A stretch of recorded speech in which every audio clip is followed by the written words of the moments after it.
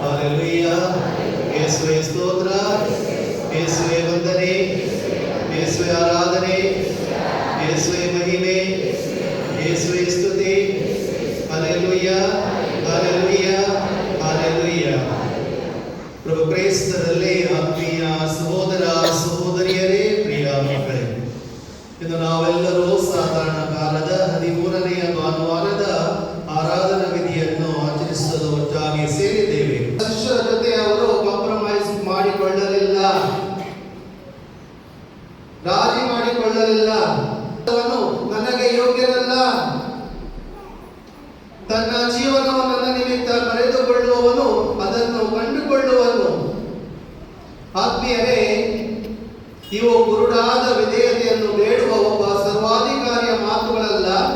ಈ ವಾಕ್ಯಗಳ ಮೇಲೆ ಧ್ಯಾನಿಸಿ ಹೇಳ್ತಾ ಇದ್ದಾರೆ, ಓ ಕರ್ತನೇ, ನಮ್ಮ ಹೃದಯಗಳು ನಿನ್ನಲ್ಲಿ ವಿಶ್ರಾಂತಿ ಪಡೆಯುವವರೆಗೆ ಚಂಚಲವಾಗಿ ಇರುತ್ತವೆ.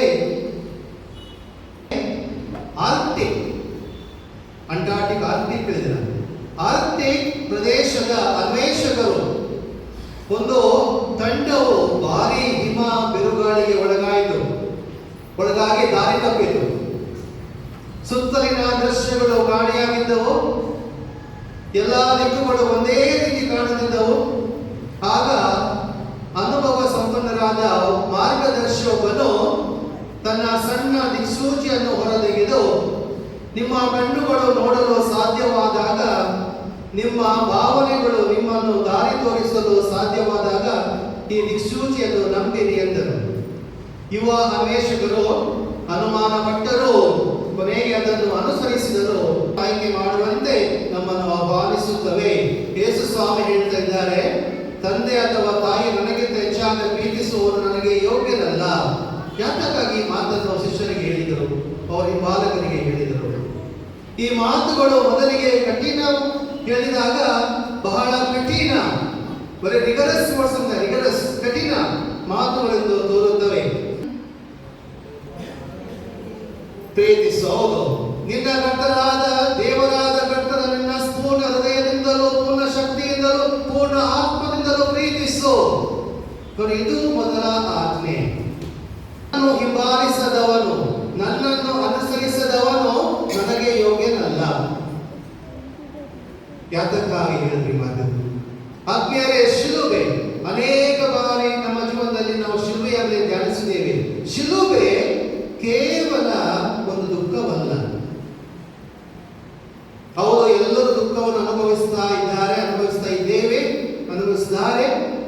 ಆದರೆ ಶಿಲುಬೆ ಎಂದರೆ ಪ್ರೀತಿಯಿಂದ ಸ್ವೀಕರಿಸಲ್ಪಟ್ಟ ಮತ್ತು ಕ್ರಿಸ್ತನೊಂದಿಗೆ ಒಂದಾಗಿಸಲ್ಪಟ್ಟ ದುಃಖ ಅಥವಾ ಮರಣವಲ್ಲ ಇರಬಹುದು.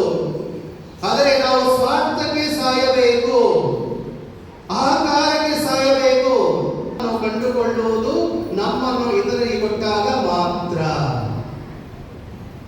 ಆತ್ಮೀಯರೇ, ಮೊದಲ ಭಾಷಣದಲ್ಲಿ ಶ್ರೀಮಂತ ಮಹಿಳೆಯೊಬ್ಬಳು ಪ್ರವಾದಿ ಎಲೀಷನ ಪಾವಿತ್ರ್ಯವನ್ನು ಗುರುತಿಸುತ್ತಾಳೆ. ಅವರಿಗೆ ಒಂದು ಸಣ್ಣ ಕೋಣೆಯನ್ನು ಸಿದ್ಧಪಡಿಸುತ್ತಾಳೆ ಎಂದು ತನ್ನ ಗಂಡನಿಗೆ ಹೇಳುತ್ತಾಳೆ. ದೇವರ ಸೇವಕನಿಗೆ ಸ್ವಾಗತ ನೀಡುವ ಮೂಲಕ ಅವಳು ದೇವರಿಗೆ ಸ್ಥಳ ಮಾಡಿಕೊಡುತ್ತಾಳೆ. ಆ ಆತಿಥ್ಯವು ಒಂದು ಅದ್ಭುತ ಮಾರ್ಗವಾಗುತ್ತದೆ. ಒಬ್ಬ ಮಗನ ವರ ಅವರಿಗೆ ಲಭಿಸುತ್ತದೆ. ಆದಿಸಲು ಶಿಲುಬೆಯಿಂದ ಸಂತೋಷದಿಂದ ಅಪ್ಪಿಕೊಳ್ಳಲು, ದೀಕ್ಷಾಸನದ ಕೃಪೆಯಿಂದ ಪ್ರತಿದಿನ ಪಾಪಕ್ಕೆ ಸಾಯಲು ಮತ್ತು ಯೇಸು ಸ್ವಾಮಿಗೆ ಸಂಪೂರ್ಣವಾಗಿ ಸಮರ್ಪಿತವಾದ ಜೀವನವೇ ನಿಜವಾದ ಜೀವನವೆಂದು ಆರಿಸಲು ದಿವ್ಯ ಬಲಿ ಪೂಜೆ ನಮಗೆ ನೆರವಾಗಲಿ ಎಂದು ತಿಳಿಯೋಣ.